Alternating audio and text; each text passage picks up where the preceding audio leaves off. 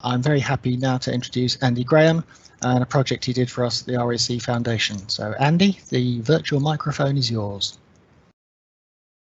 Okay, thank you very much. If we go to the first slide, please. So this is the report I've written. The link to it is at the back. So the work that Jill introduced earlier on, very much a strategy, very much a top-down. What should the country be doing to get the benefits from connected vehicles? But what Mr. Gooding asked me, this is a question that he asks quite often of people, is what needs to become true at the real grassroots level. So my work here is very much a view from the other end of the telescope, the sort of bottom-up tactical stuff.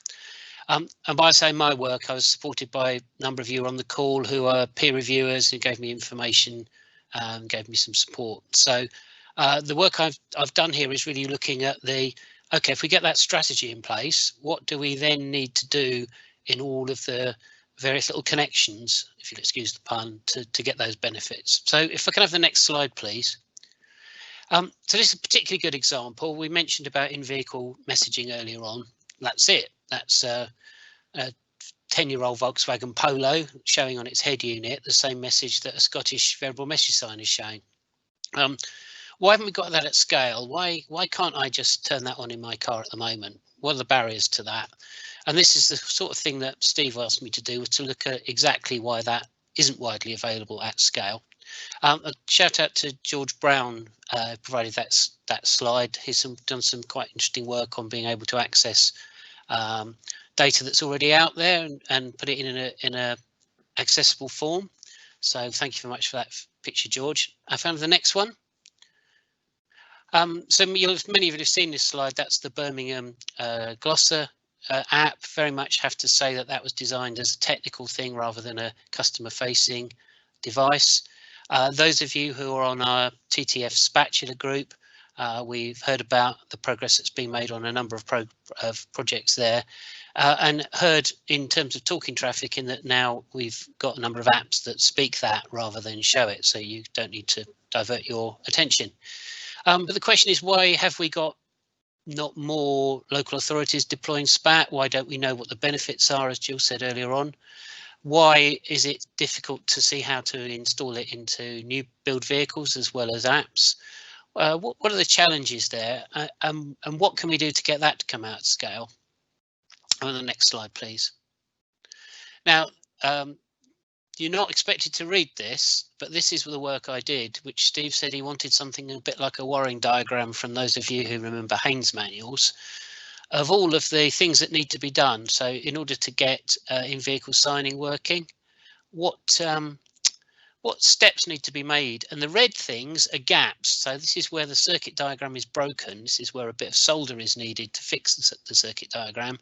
And the blue bit is at the end. So in terms of in-vehicle signing, we need to get some data available, we need to publish it, we need to get it into the vehicle, we need drivers to actually take the blindest bit of notice of it, which is a really important step, and sometimes we forget about the driver, and then to get the outcomes. So each of those red areas is a gap that I identified. So I did this for in-vehicle signing, I did it for SPAT, I did it for asset management, because as Jill highlighted earlier on, I think that's the Cinderella of connected vehicles, but it's the one with the biggest hard cash savings. It's not a day one or day 1.5 service, because it's not in the same bit of many road operator institutions. Asset management, connected vehicles could be two different teams. But I believe that that's a really important potential benefit that we can get quite early.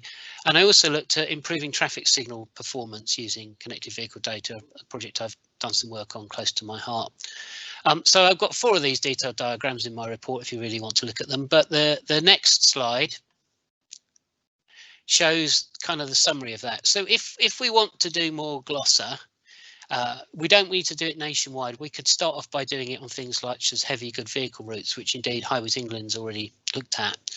So what I've got here is kind of the red, amber, greens. So the red is things that need to be done. The amber is where there's something that's kind of started.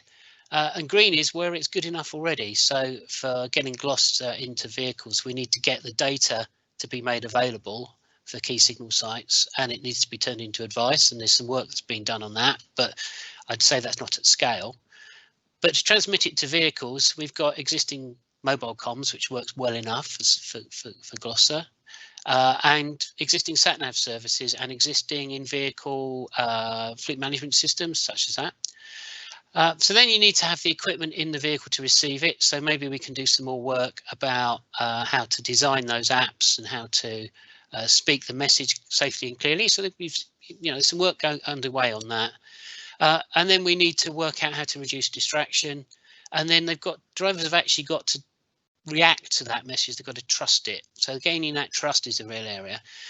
And you'll see in just these few actions, they've got data engineers, they've got automotive engineers, I've got civil engineers, I've got in-vehicle system designers, I've got user experience designers, and this is one of the real things that came out of this connectivity. It's not just about putting some beacons at the side of the road or installing kit in cars. The connectivity across that has a whole load of different actors to get it from the Highways Authority to the vehicle. If I can have the next one, please. So Steve's questions, what needs to become true? The key one is, and we know this, but it's worth jumping up and down and saying it time after time, is that there is no point displaying something in a vehicle that is not of good quality that the vehicle maker would want to show or the service provider. So we need to get that good data. It's got to be easily available into vehicles, but we also want data from vehicles, so data in terms of asset management, data in terms of position and so on, and Jill covered that earlier on in terms of pro vehicle data. Fundamentally, we've got to have user trust. So with red traffic signals, there is a law that says if you see a red signal, stop. Some people still don't, but with this kind of stuff, it's not mandatory. It's got to be downloaded or bought in a vehicle. It's got to be turned on and it's got to be used. If we don't get that, then we might as well not bother. So the user trust was a key thing. I've mentioned driver distraction. I think there's a great danger that we think about this stuff and not think about the safety distraction of being informed about, for example, signal timings. In many cases, it can help the safety case by reinforcing messages and putting messages that wouldn't otherwise be there. But we've got to get that balance right. This is something that happens all the time, is both the business case and the business model. So in many cases, you can find a business case, but actually who does it, who provides the data, who cleans it up, etc., isn't clear, and that needs to be sorted out. One of the things that came out from both the top-down view and the bottom-up view is there just isn't the skills that we need to connect all of these services together. I just mentioned a whole host of things that your traditional traffic system doesn't necessarily have, and a whole host of people that we don't necessarily have. The procurement of data seems to be very apt for a centralised purchase of data on behalf of all local authorities, or a central collection of data if it's free on behalf of all authorities. Now there's work being done on national access point, but that again would just be pointing at that data. I think particularly things like digital TROs that I'm working on, some central place for data. In many cases, we get some well-meaning people who look at the roads business and think, I've got a brilliant idea. Why don't we invent X, Y, Z? Because that must solve problems. And then they promote an idea and they promote something where they don't really understand the way the roads business works, that we've got safety at heart, that we've got various standards that we need to follow. And therefore, some of the early connected vehicle stuff that we've seen has perhaps been a little bit premature in terms of it's been trying to sell something that really isn't in the comfort zone of the existing roads business because it doesn't speak the right language. One of the key things, I think, is making this connected vehicle work an awareness of what can be done. And I think we're getting there both with the CVDR work and hopefully this work and work in TTF. But when I was doing the consultation work, somebody asked about the consultees. There's a list of them at the back of the report, by the way. I talked to a signal engineer in a local authority and he said, this connected vehicle stuff, why is it important to me? I'm just signal engineer. It doesn't make any difference to me, does it? And I thought, well, yes, it does. You know, your day job in the future will be to deal with this as in the same way as you're dealing with loops and controllers. But the thing that really, from my perspective, doesn't need to become true is we don't need to have anything more than 4G comms for most of the services I looked at, because they're either not time critical, they're certainly not safety critical. And in terms of the way they're delivered to a driver, if they don't turn up, then there's ways and means around it. So this big argument about should we install cellular or should we go for roadside beacons, to me, there's enough out there at the moment to do early services well enough with the comms that we've got for most people for most of the time. And I think that's my major message. Was I think sometimes we let the great be the enemy of the good. We try and build a national system that will work everywhere under every use case with 100%, and we're never going to get there. We need to do enough that drivers of big trucks feel it's better than it was, drivers of buses feel that they're getting a service that's better than it was, rather than necessarily striving for perfection. So if we have the next slide. Oh, sorry, I think there was going to be a link to that. I'll post the link to the message to the report in the chat. Thank you. Thanks very much, Andy. And I thought it was interesting that the conclusions you came to were much more about people, skills, connections, but also revealing what a complicated delivery chain there can be in order to get something that perhaps to me as a motorist feels pretty straightforward, but actually involves lots of people in a chain, and the commercial imperative to each of them might not be particularly clear. And the question that came in, or the observation, is that unless the original equipment manufacturers, the makers of cars, can see a commercial return, they're not going to fit the necessary kit to the vehicle. But I think your contention, as often illustrated by a picture of a Model T Ford, is practically any vehicle can be connected so long as you've got a smartphone. Absolutely. The average age of a vehicle, according to the SMMT, is 7.9 years. So yes, for line fit, vehicle manufacturers do need to see that, no doubt about that. But not all vehicles are new.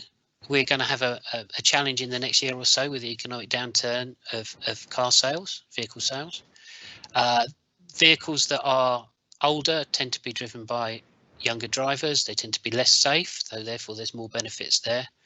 So yes, there is a whole chain of people involved in here. Some of them are vehicle manufacturers, but some of them are also people like Google and TomTom, who provide services already to existing motorists. And some of them are service providers that don't really see it yet, but may well do, who are looking at, for example, fleet management systems and stuff like that. In America, their fleet management systems for big Kenworth trucks, use data to tell you there's a queue around the corner. You know, that kind of integration we're yet to see, really. And thinking about in-vehicle signing for a moment, one of my obsessions, I would say, it's fair to say, has been the fact that from time to time, in more normal times, I might find myself on a motorway and I come to the end of a queue. There's not a variable message sign in sight. I'm getting limited information through my sat-nav. Are Highways England showing interest in the potential of in-vehicle signalling? Has the extremely slow-moving Glacier that is the A2 M2 project connecting with what you're finding here? Yeah, so A2 M2 did look at in-vehicle messaging and vehicle signing, but it focused on repeating stuff that was already on an existing gantry. For me, the big win is having a virtual gantry. So I'm putting messages into your vehicle where I can't afford, or there is no space for a gantry, or there's no business case.